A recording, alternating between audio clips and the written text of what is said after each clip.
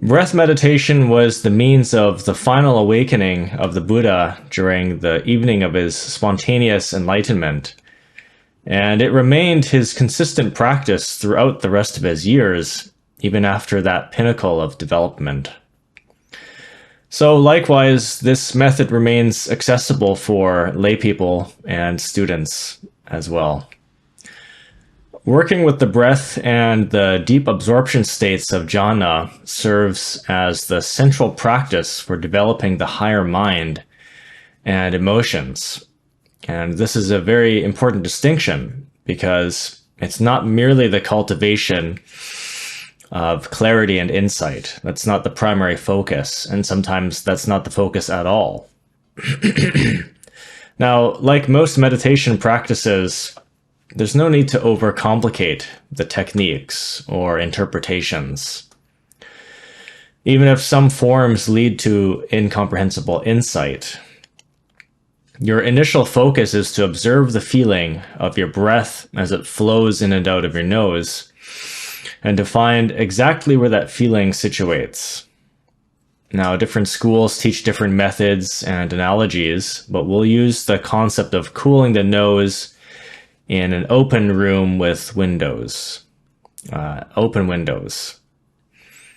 So during the intake, you imagine that the air is cooling your nasal cavity. Your nasal cavity includes the inside of your nose and a couple inches or so of an area surrounding it, near your eyebrows and just on the inside of your cheeks, near your nose, and just below that area. So focus on that cooling effect as you draw the air inside. And when you let your breath out, notice how it's now warmer and closer to your body temperature. This attention helps you memorize the feeling of changing temperatures in your breath. This is how we establish what the Buddha called the foundation of concentration. In this practice, it's a focus anchor that your awareness can easily return to. So as you pay attention to the feeling of the breath traveling through your nose and sinuses, think of that internal sinus area as a very big room or cave-sized chamber that's housed within your skull. And you have to kind of imagine that you're inside your skull in this cavern. So this is an internal visualization that helps develop the feeling of expansiveness. It doesn't have to be physically accurate. Your internal nasal space should feel as large as an actual room when you're focusing on it. That area feels incredibly wide and open. So visualize yourself resting in a grotto where a breeze flows through the entrance and glides past you. That air cools you as it travels deep into the cave and eventually flows back out with your own body heat.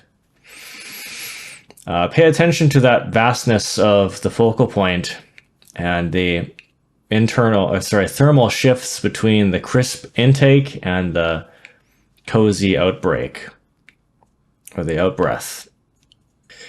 These details simply serve as a guide for your focus.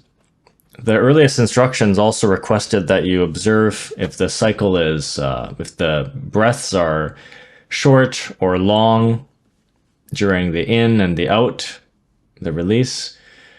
But this is a spontaneous rhythm, and the Buddha is just emphasizing that you should just notice whether it's short or long, these breaths of yours, these natural breaths, as a way of keeping awareness.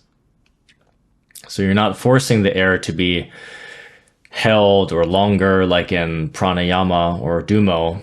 This is just a natural breathing, and you're witnessing that. So it's that's why it's described as a grounding pillar for the mind. This airflow feels very refreshing and vast. And you should genuinely savor the feeling and enjoy it. This isn't a measure of your endurance or discipline. It's not a test of your patience. your goal here is to just experience sincere pleasure, enjoyment of this exercise, the pleasure of breathing and this rest. You can smile in it to help cultivate the joy. So this acts as a sanctuary and a gateway from the typical, that's kind of what it is, right? A relief from the typical senses and stresses as well of daily life and the worries. So the process should leave you feeling restored, and it doesn't have to be, a challenging, practice or a rigorous thing. So you inhale the crisp air and exhale the warmth. You might also imagine the cooling sensation freezing and eliminating all of your troubles, your anxieties, your worries, your problems. And then you can imagine the out-breath releasing all that and seeing that all those problems dissipate into the atmosphere. So we're operating within an emotional framework in this practice. As we continue, we begin to anchor ourselves in this sense of weightlessness. Breathwork is truly a meditation on the quality of lightness and air. It's an air meditation. That's the primary element we're dealing with here. So you should keep that concept at the forefront of your awareness. Imagine that you have just left a packed office, a stuffy office, or a party at night, and there's lots of people. It's very warm inside the buildings, but you step outside onto a terrace or like a smoking pit, and there's this very fresh, cool air from the atmosphere that hits your skin. Of course, smoke isn't really the healthiest thing to be breathing in, the secondhand smoke, but smoke in general is actually revitalizing for your body, even your ethereal body. Smoke like incense and sage. And a lot of people will just close their eyes for a moment and breathe in and exhale with that pure revival of that this breeze brings, and that captures the true essence of this breathing work. It's a feeling of relief and freedom and renewal. So we want to perceive the sensation of the atmosphere totally saturating the head and providing that rejuvenation. The internal space feels wide and spacious, and inside your head it seems to be hollow, like a big hall with every window wide open, and the wind is just gusting through you and around you. You're engulfed in this. And once you've solidified that feeling of expansiveness, being enveloped in this wind and feeling weightless too, your internal monologues, your past recollections, your anxieties, your thoughts, your self-talk, and thoughts about the future should fade away. These should subside. Because when you have enough focus on the present moment like this, or on something like a breath, you don't need your thoughts, and it's much easier to stop thinking and contemplating when you have that point of focus. So as you're relishing in this moment here, at this point, you can prompt yourself to conjure some sense of joy, some high spirits, and a general feeling of wellness. And this takes a bit of will, because you're not merely pausing you're not waiting for a result to manifest. You're not waiting for the the jhana to appear in your emotional center. You're not waiting for the joy to arise on its own. You're not just a passive witness of this. It does require a bit of projecting and to conjure up this feeling of goodness. And so you are actively bringing this into being and delighting in your own company. You try to saturate your being with this joy and comfort and your desires to remain in this state for the long term. And even if it lasts for centuries, the duration would seem too short. It should feel that good. And this marks a subsequent phase. This is an education of your feelings. You're instructing yourself on how to induce a feeling of wellness and good emotions in your entire being and your body, to flood your system with joy. So mastering this ability is like receiving a modest and steady retirement fund for your spirit. You're no longer reliant on seeking joy through that external realm of the five senses, or through thoughts and ideas. And this is important too. You're not using this as some kind of comfortable thinking sanctuary. You don't want to do this. We're not thinking. In most of these meditations, we are going beyond thoughts. These are not, intellectual Greek meditations. These are serenity meditations, different forms of them. And the real thinking that we sometimes use that term thinking, but really it refers to the higher mind, the intuition. And even that in this meditation isn't necessarily the goal. This isn't vipassana after all. So you don't want to be using this as a way of resting and having this, conjuring these feelings of joy and excitement because you're thinking about things and thinking about the future, getting ideas. That's not part of this process. That's a completely different practice in itself. This is breath meditation. It's a form of serenity meditation. We have to go beyond thoughts. So you've now discovered a fountain that's much closer to your center. You possess the capacity to generate it independently of external factors, and you can manufacture this wellness on your own. So this is the true essence of breath work. You should find success here because you are attempting to quiet your mental movements and even refine that joy into a state of tranquility or equanimity, which is even more subtle. It has less movement and vibration to it, and is more serene. So we want to visualize a profound serenity. It's much like the transition where the late of the day fades into dusk and the stars begin to sparkle and show over the ocean. And as you feel a deep wave of silence enveloping you, enveloping your entire body, your physical self is now fully integrated in this process. Your heart and your spirit represent your feeling side, your emotional center.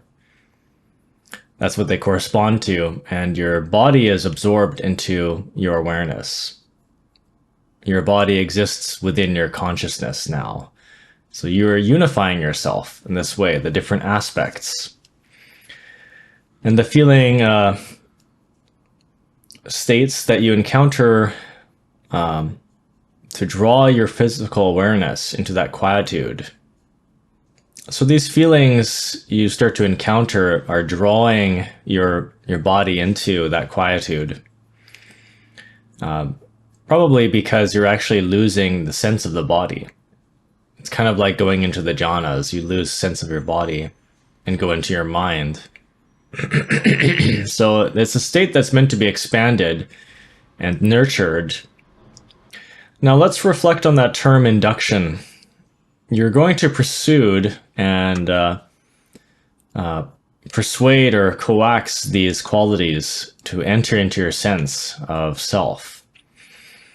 So this is the feeling-based aspect of working with your breathing, the emotional aspect. This constitutes possibly the initial half of the total journey with the breath. So for most people, this will be the extent of their exploration. But there are further layers that we'll explain in this lecture. And this portion alone is sufficient to revolutionize your life.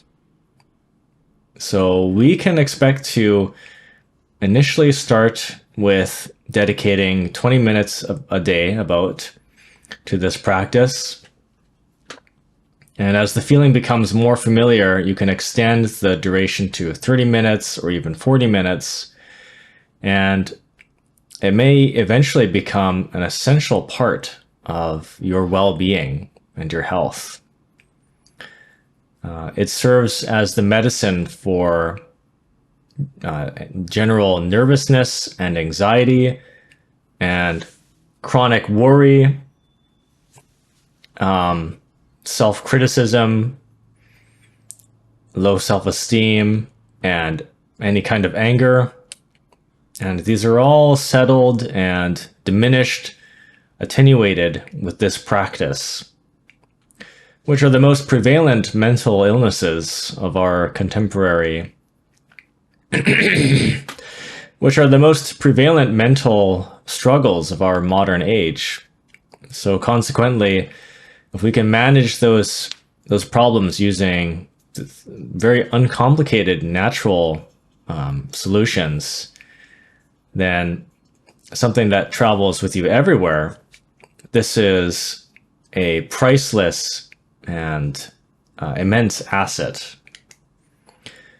If you thrive, you will experience a deep sense of gratitude that this wisdom has been passed through the ages and remains accessible, because you're learning how to use your own mind and your own body, your own resources to muster up joy from what seems to be nothing, instead of always seeking in other things, medications and supplements and activities. In a culture where pretty much every activity is based on logic and thinking, and is to remedy, usually what we have is some underlying anxiety, and we're using chit-chat. But this is nonverbal, and it does not involve thinking either. It's learning to deactivate that constant conjuring of thoughts and worries. So to discover this other realm is really lovely, and it's a form of maturity. You're developing the higher mind this way. So another word we can use, another term to call this, besides from meditation, is cultivation. It's like this horticultural effort involving the breath and the heart and the spirit and your entire being. Now, earlier I discussed the methods for breath work, the way to start, observing the length of the cycle, whether the breaths are short or long, and how to lean toward a more glistening feeling based on emotions. So I want to address the goal of this task. It's frequently presented as a drill for focused awareness. But this specific path that I am supporting goes past this awareness and concentration. This is the destination the Buddha intended for us to reach. because awareness is only the 7th step on the path of the 8 folds. So we intend to move forward, at least to the entry point, or the gateway of the 8th limb, or the how do you call it, the 8th-fold. And that final realm is the realm of reality, or samadhi. So we are transitioning into a completely different form of awareness that is detached from reliance on the external environment that we're normally perceiving through the 5 senses. We're going into a world of objective reality and right view. This is the ultimate goal for many meditations, including this one. So we aim to enter a very unique state of consciousness where we can feel intensely beautiful emotions that do not rely on external situations, and emotions that the Buddha described as being morally blameless. Emotions that don't create karma because they're not born out of desire. So if the breathing practice is not developed in this manner, then it hasn't met its full potential. So there are higher results. So this samadhi can be known as considered equanimity, absolute equanimity and bliss, because the term concentration is pretty insufficient. The objective here is to completely discard our memory frameworks. There's no history in this space. There's no future. You're not evaluating your life. You're not recalling your life. You're not contemplating anything. And you're not even extracting wisdom from your life through this contemplative analyzing. You're not attempting to cheer your spirit with exciting ideas. So neither the past nor the future has a place in this. Strictly and solely, there is this connection with the atmosphere. However, this encounter with the air is internal. It's not clinical. Air in the sense that you'll be completely blanketed by the atmosphere and by the prana. You will become what a writer might describe as buoyant and breezy, thoroughly saturated with the weightlessness and the chill of the air. So it's important to grasp that this is a form of melody or music. More than anything else, it's a frequency. This is not just a mental drill. This is a trial of the spirit in a personal mode, an artistic one and a poetic one, and yet it's completely life-changing. It's incredibly authentic, as real as existence can possibly be. And it happens through this drawing in and pushing out of breath, and this spreading of air throughout the whole body and spirit, which is linked with this blissful, non-material types of feeling. So if you don't aim for that and you're unaware and you are meant to travel there, how can you arrive? These are the sorts of feelings you might feel when you're young, in your youth. There's specific instances in your journey that you might occasionally recall as unique and rising moments. We desire to experience more of them, and we want to understand this method to repeat this. We don't want to leave it out of luck. It needs to be developed. We should have the ability to generate that lovely rising state of awareness with the joy. So when the Buddha discusses the elements involved, he's very concise because he clearly mentions joy. Joy, fascination or inquisitiveness, and vitality must be there. This energy, this zeal. And we're getting some of that zeal from the air itself, from the prana. That's where much of our prana comes from, the air. So he doesn't have much interest in the verbal processing or thoughts, as I said before. Just joy, fascination, and beauty are there. And including in this beauty and this joy is our body, which has to be integrated. The other detail is that he's very precise about the whole body being at ease. It's not merely neutral or relaxed, but it's vibrating with these emotions. So it's also kind of ascending too. The body feels like it's uniting. It's resting and almost like disappearing. The total entry into this is through the spirit and the heart, and your body will also join you in this. Now, there is one final element if you are a reader of scripture and of the Pali Canon. We often use this term stillness.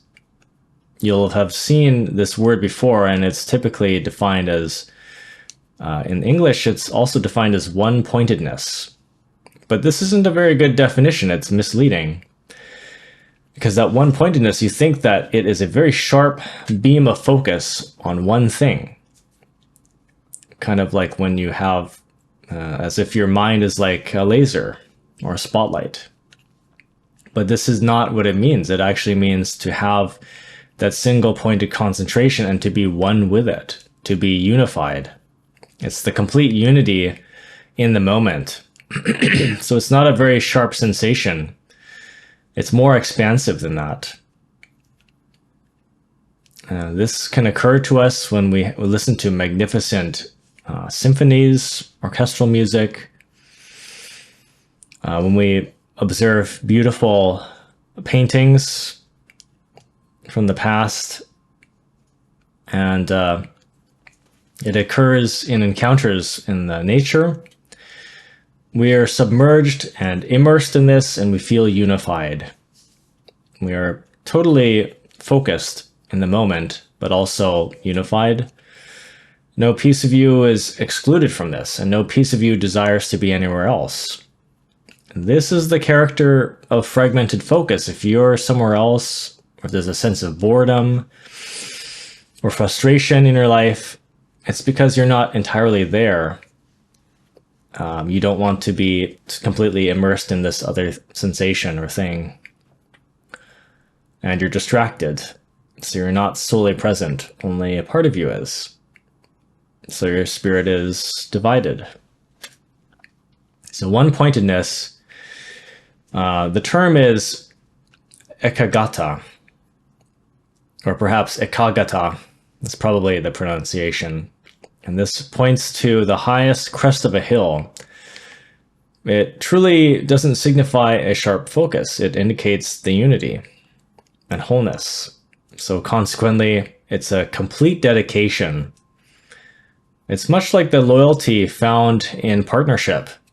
If you're not entirely invested in the person, then the connection and the relationship will lack profundity and charm and beauty. But if you are totally devoted, then it will possess soaring qualities, deep connection, beauty. So this is actually a variety of love. You are loyal and entirely surrendering yourself to this encounter. If you hold any piece of yourself back, you cannot step inside. This reflects the character of our social habits. Our typical way of thinking is to be fragmented, to always have our attention divided, constantly distracted, and that's why we're hasty. We're distracted by something. We're thinking about the future as we're doing something right now. And our works end up being shallow. Our activities and the way we carry things out is shallow. The way we learn things, the way we listen to people in conversations, it's more superficial. Because we're not completely devoted. We're not completely present.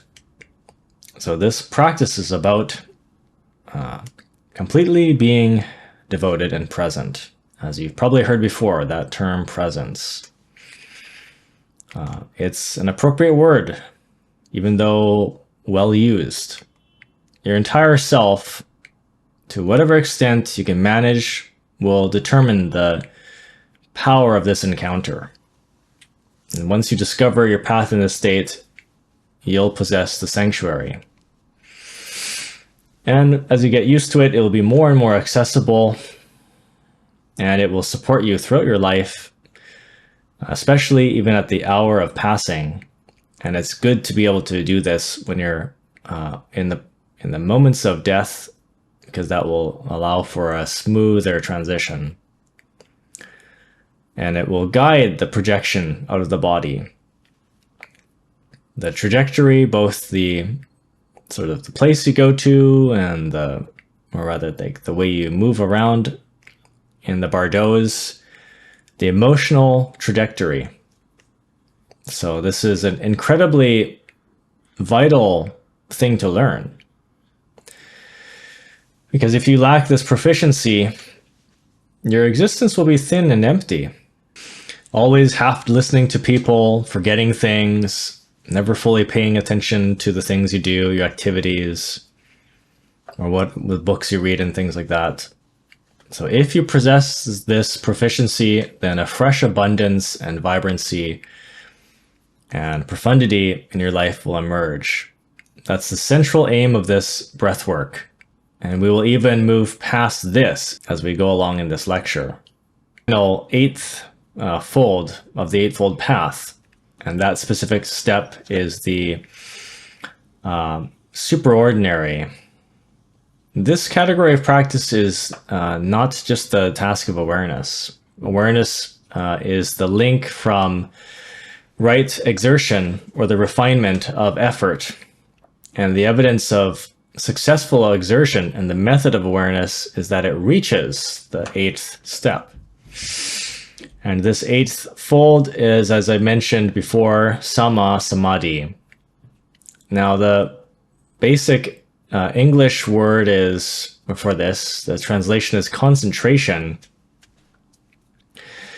But the truth of Samadhi suggests that the label of concentration is actually very vague. The meaning of Samadhi,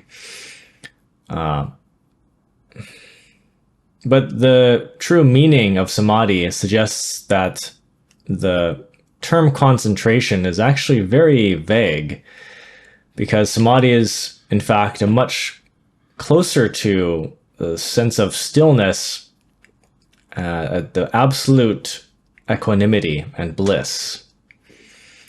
So if awareness is effective, it lands on the area of the eighth step. So this is not something that you technically scan through your thoughts and evaluate.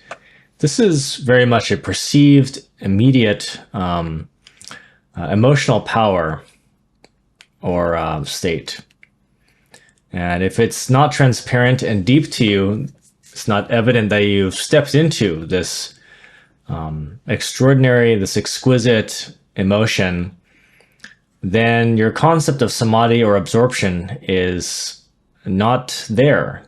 You have not comprehended it yet. You are not in samadhi.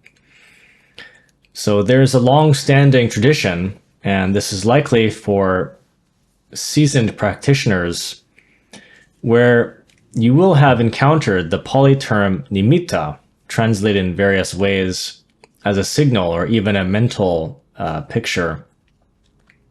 And it's very simple to fail by misinterpreting what this nimitta represents, because this is intended to be a hallmark that identifies the triumph of samadhi, or the quest to reach absorption.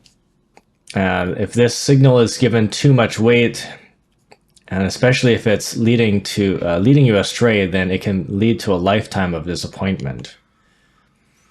So some monks will dedicate a lot of time to investigating what the meaning of this really is and its significance. I would suggest that if you desire a basic and clear reply, then you should stick with the primary 5 absorption factors of the initial states as a definition for that. So they are the evidence of absorption. And what are these? These are direct and fixed focus, sometimes defined as thinking in the jhanas, but it's not real thinking, or it's not intellectual thinking. And that's the case with this breath work. It's the superior mind and its thoughts. It's the direct focus, and they call it the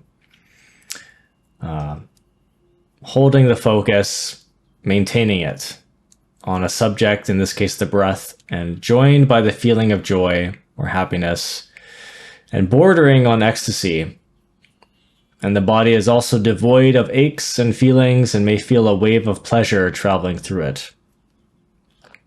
The final element is this wholeness, sincerity, this total immersion, also defined in various ways as one-pointedness, which is not the best definition. It's not a laser-like focus. None of the absorptions involved forced struggle, except maybe the first one. There is some effort that needs to maintain it, but otherwise they become effortless because it's the natural state of these. It's the natural state of the mind when you enter these states. So if there's tension, you've not reached this place. The error lies in adopting another concept about nimitta. And so this other error is defining nimitta and defining samadhi as seeing luminosity, seeing radiance, or having your vision filled with white light, or seeing just lights in general. So as your eyes are closed and you're trying to perform this breath work, and your body is settling, you might begin to see luminosity, radiance. And these are very minor awakenings, typically of your own prana. You're seeing your prana get excited, and it's flaring up in your brain. Your brain is creating signals. There is a scientific explanation to it. So of course your brain is doing something. It's creating these signals. It's creating these sparks, and you can start to actually see that circuitry in action. So the body is doing different things like this. The nervous system is doing this. But this is not the point or the goal of the meditation, and it doesn't mean that you're in samadhi. It's just these small awakenings of kundalini or prana. So you can safely disregard these lights that show up, because breath work is not vision-based practice. There's no component of vision in it. It's entirely a tactile meditation on the touch of the atmosphere and the touch of breath, because with everything that implies the atmosphere is crisp and weightless, and one is absorbing and adopting this crispness and weightness inside, and there's no component of the visual range. You could waste years hoping that you can create some magnificent picture, a light picture, or some you want to see the light and you want to see brightness in this practice, and this is the wrong aim. So these glows of illumination are a byproduct, but they don't have to emerge. It is a frequent occurrence when you have your power, your energy well cultivated. You can have it. Sometimes it's leakages in the vital system. Other times it's just its own activity you're seeing. It's a good sign that you have zeal and you have a lot of vitality, but it's nothing to be distracted by. And one piece of evidence for this is that the Buddha omitted it from his breathwork manual. He explicitly highlights the 5 primary absorption factors. These are impossible to miss. And yet they're only obvious if you're intimately familiar with joy. So for certain folks, it has been a long time since they truly felt lighthearted. And consequently, they sometimes find themselves questioning if they're actually having a good time or if the sensation or qualifies as joy. But one good indicator is that if you have to analyze it, then the feeling is probably insufficient. You are capable of reaching higher states, and you can demand more from the experience. So try to brighten your spirit and intensify delight. It's a proactive effort where you prompt yourself and you dive in. And you dive in on the act until it becomes a reality. So this is part of the process. It's our goal. And it's simply a small warning to avoid a blunder that could send you down a dead end for years, chasing luminosity and radiance, thinking that it must be so beautiful. I must be doing this right when I finally see something like that, when I see the light. But really, you should be pursuing joy, higher emotions. Because it's not actually that difficult to see bright things. It's when you have a lot of concentration, if you try to visualize something, it will start to illuminate. It will start to it will emerge, first of all. It will become brighter, it will become vivid. So if you picture something like a bright sun or light or whiteness, that will become more and more intense. It doesn't necessarily take very much to do this. A drowsy state and some concentration, and all of a sudden, after a few minutes, you see this incredibly intense and vivid picture that's very, very well lit of like a sunset, and all the waves are glowing gold, and you see everything, all the details, the texture on the rocks and the sand, and the brightness and the texture on the clouds. And that is not breath meditation.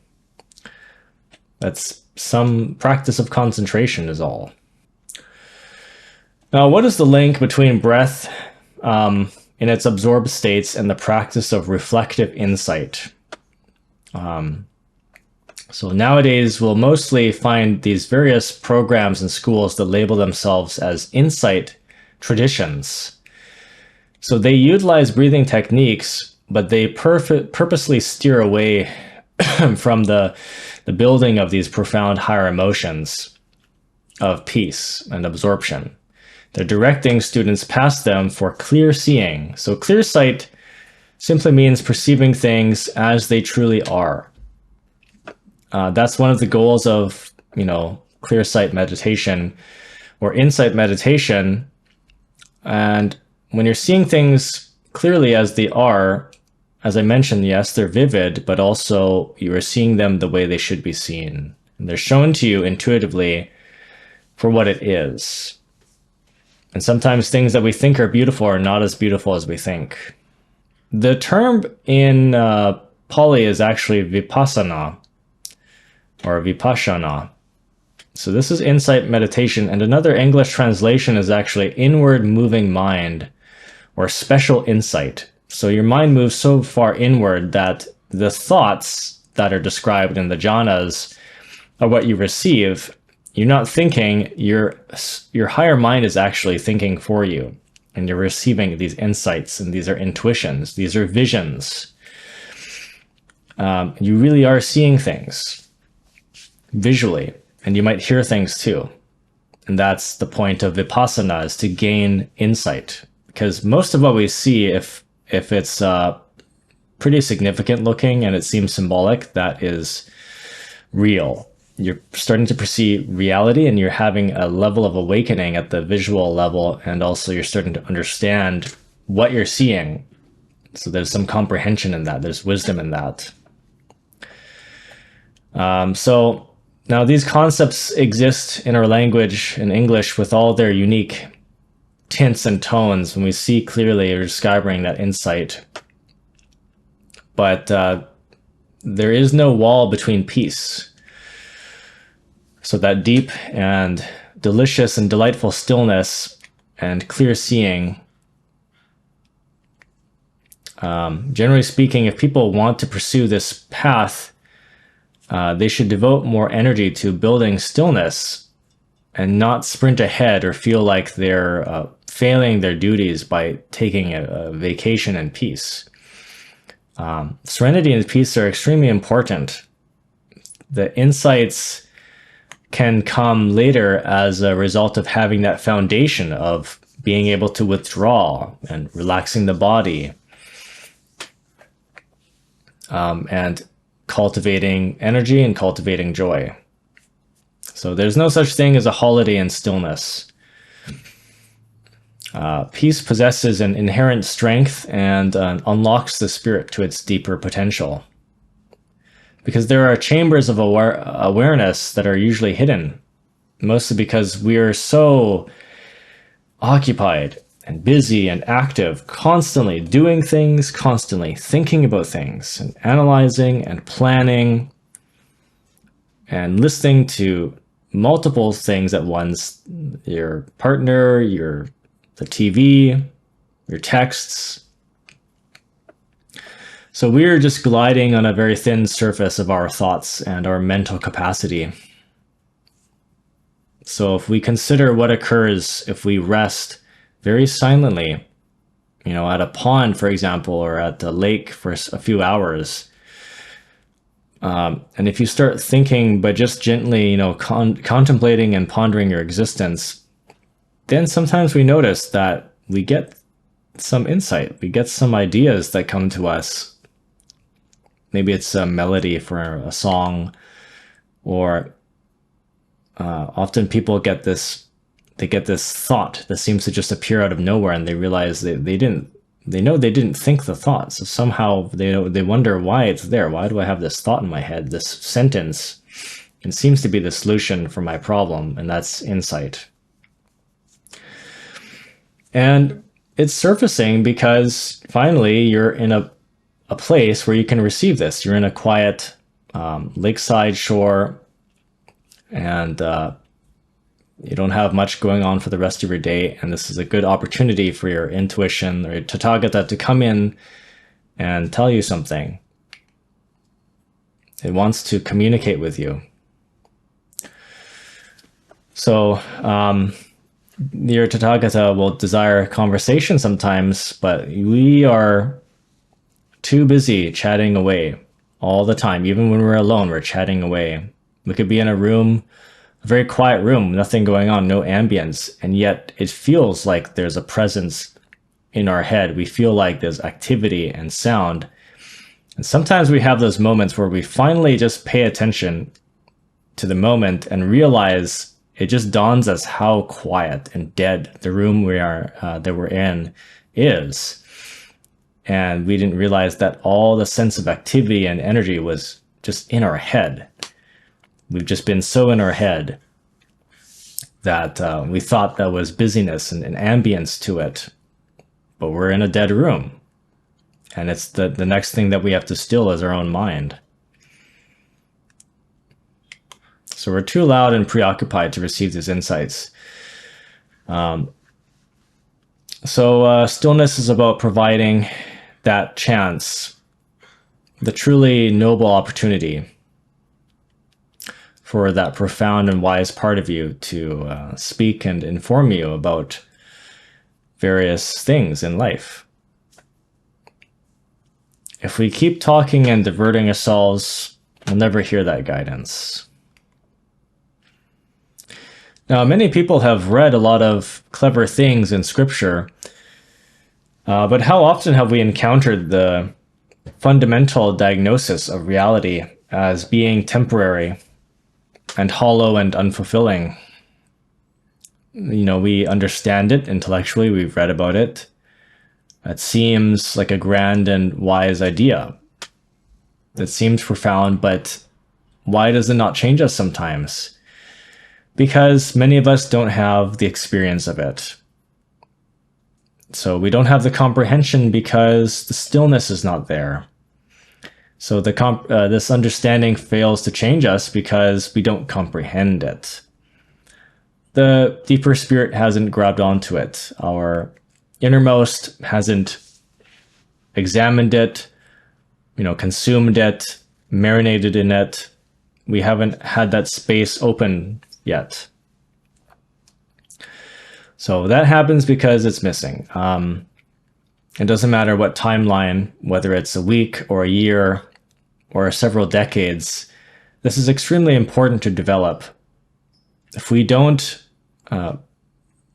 practice breath work and stillness, turning the mind into a research lab or a stage for witnessing reality, then that reality won't happen, and we won't grow. The insights won't come. So its worth lies in its capacity to change you. It's not a getaway. It's really necessary labor. But it's a delightful practice. And that's the crux of it. If you're not relishing in it, you're not performing it at its highest expression. Because the outcome of that effort is that your existence will be changed, and you will discover a path to live with more comfort and more poise and more beauty in your life. So breathwork practice also serves as a companion for the conclusion of existence. If a person has utilized it throughout their years, it becomes an incredibly potent and exquisite method for moving on. Death no longer becomes this event that we want to avoid and dread. It's something to be approached with that same feeling of relief and revival that one has rehearsed during their life. This is central to Buddhist practice, is treating death as something that we're always aware of and just as a transition, and something we can face with at ease. So this is the magnificent offering of the Buddha, providing us a means to exit and a means to pass away with this poise and with beauty. And consequently, I imagine that you'll adopt this and rehearse it to discover the reality of these words on your own. It's not a matter of blind faith. It's a matter of direct experience. And once you feel it, you'll possess your own certainty. So that remains the most vital point. It's not about the claims of the scripture or the claims of a teacher or a tradition. It's about your own direct experience. That constitutes the genuine guidance of the Buddha. So we've addressed this method, and we've addressed the goal. We've addressed the link between stillness and insight, and we've addressed the supernormal states and the crucial role of joy. Now, lastly, we noted the significance of this work for the entirety of one's journey, including its final hour. So therefore, this is an all-encompassing framework. It's a total way of existing within the world. It's an ongoing effort. It's a form of nurturing. So like any plot of land, it demands steady oversight and care.